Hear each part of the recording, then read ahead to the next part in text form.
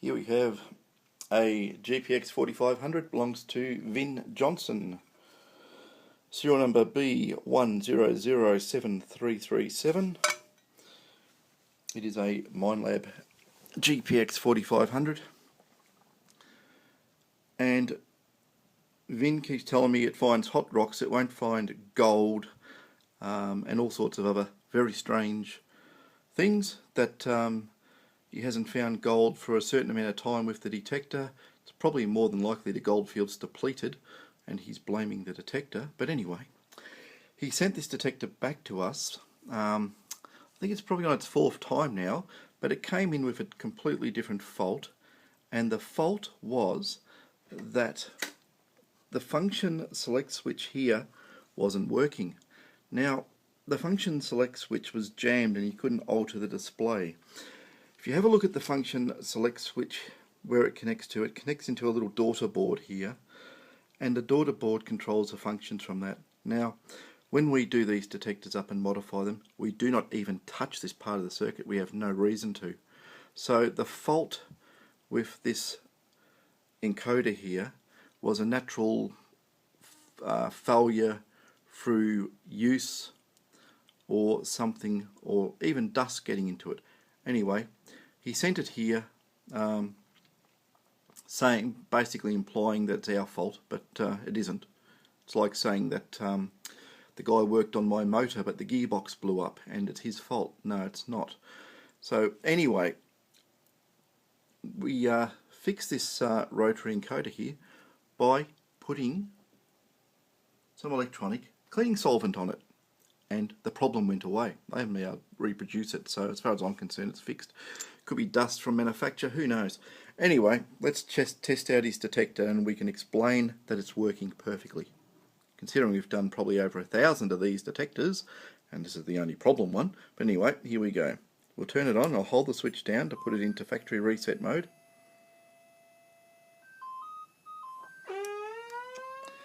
As you can see, oh look, the rotary encoder is working again. Anyway, so that's all settings reset.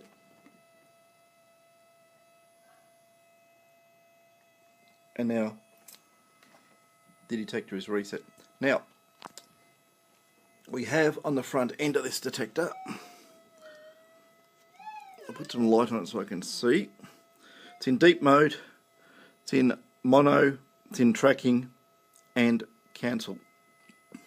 Sorry, cancel. It's in mono. As you can see the switch there, if it was in cancel I could understand. The gain is set to 0, so the detector is inherently self-stable.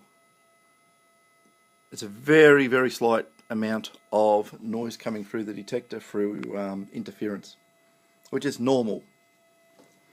And that's a ring. It's a gold ring. We're using a crossover coil, gold ring. So it's a half field coil. We're getting half the field into the coil. And even with zero gain, I can hear that at about 30 centimeters. Not a problem. Let's turn the gain up to about halfway or so. The detector is still relatively stable. It's not too bad. It's getting a little bit of wobble through it. Let's get the ring. Now this is in normal mode.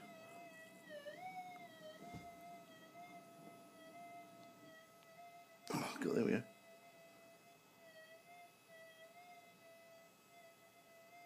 Probably up at about 45 centimeters. Okay, small gold.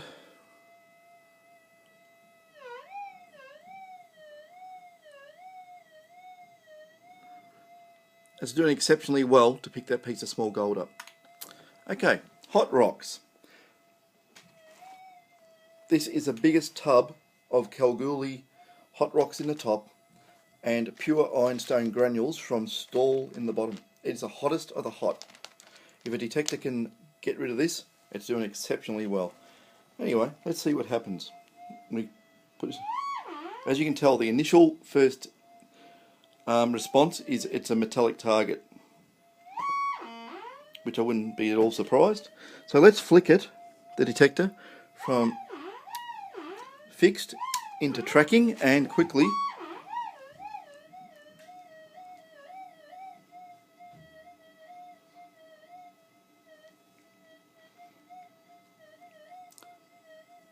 there's a little bit of residual there, but this is such a heavy target. They probably flick it again. Hang on. There, into tracking.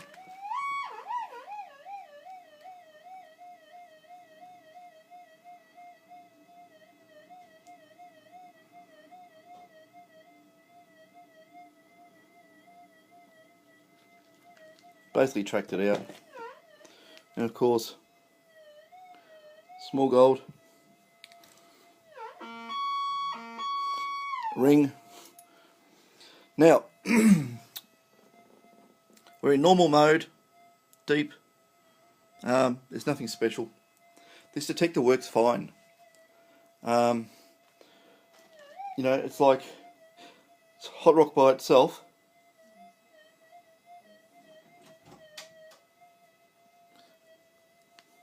Yeah, I'm making videos.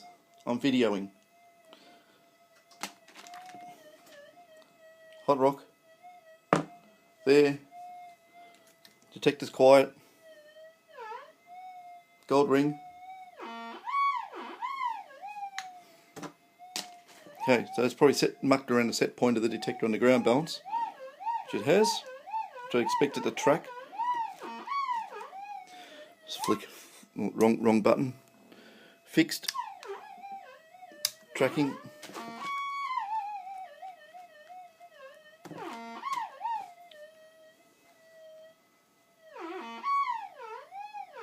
So once the detector's tracked out, it will detect gold, no problem.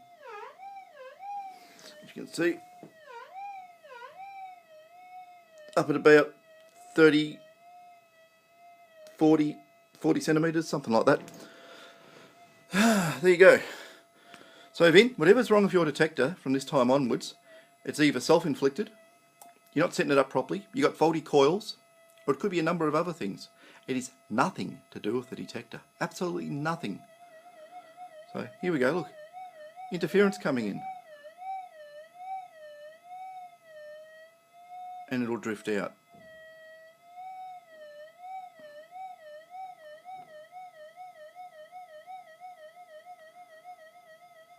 And it's going. That's normal. All detectors do that if you've got 50 Hertz around. There you go. Back to nice and stable again. So it's not a bad detector actually. Works quite well. So small gold. And where are we?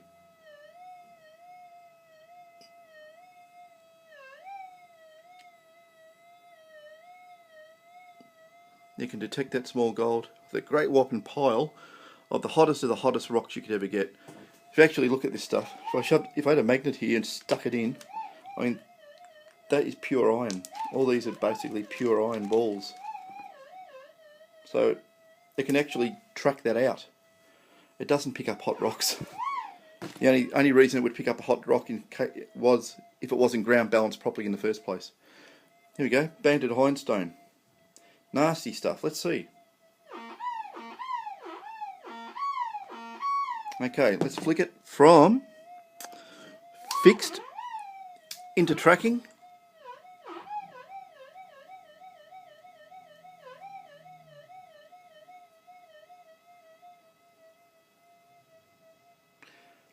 It's basically tracked out the banded ironstone. There's nothing wrong with the tracking circuit. There's nothing wrong with the detection circuit. There's nothing wrong with the detector, mate. If you don't believe me, well, I don't know what to say. I really don't know what to say. It's all I can do. There's your detector. I'm going to put it back in its little box with those Eureka flags on it, which shows it's yours.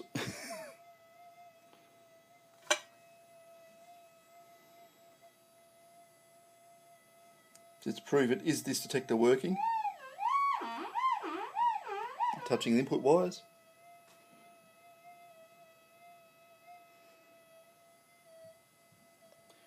There you go, 10 minutes of video to show you that your detector is working perfectly fine. So, yep, if you don't find gold, you're in the wrong spot or you're doing something wrong. Or there's no gold left. Bye.